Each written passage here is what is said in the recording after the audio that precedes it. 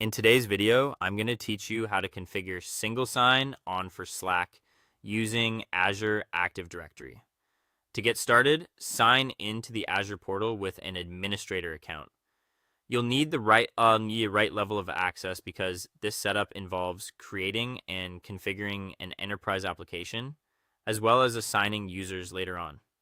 Once you're in the portal, go to Azure Active Directory, then open Enterprise Applications and select New Application. This is where you can add pre-built integrations for cloud apps like Slack. In the application gallery, search for Slack, select it from the results, and click Create. This adds Slack to your directory so Azure can manage authentication for it. After the application is created, look at the menu on the left under the Manage section. Click Single Sign On, and then choose SAML as the sign-on method. SAML is the standard protocol that will allow Azure Active Directory to act as the identity provider for Slack. Next, edit the basic SAML configuration section. Set the identifier to slack.com. Then set the reply URL to your Slack workspace URL, followed by /portal/SAS.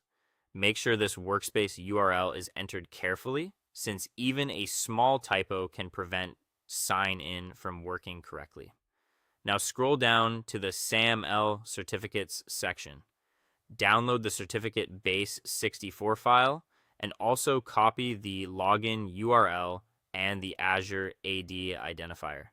You'll need all three of these values in Slack, so it's a good idea to keep them handy while you move to the next part of the setup. Open a new browser tab and sign into your Slack workspace as a primary owner or administrator. From there, go to Settings and Administration, then select Workspace Settings.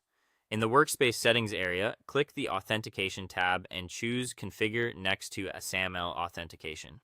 You can now paste in the values from Azure. Enter the Azure login URL into the SAML 2.0 endpoint field. Paste the Azure AD identifier into the Identity Provider Issuer field.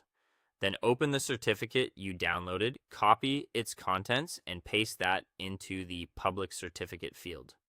Be careful to copy the full certificate content so Slack can validate authentication requests properly.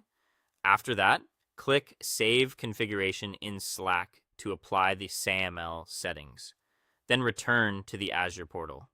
Under the Manage section, click Users and Groups and assign the users or groups who should be allowed to access Slack through single sign-on.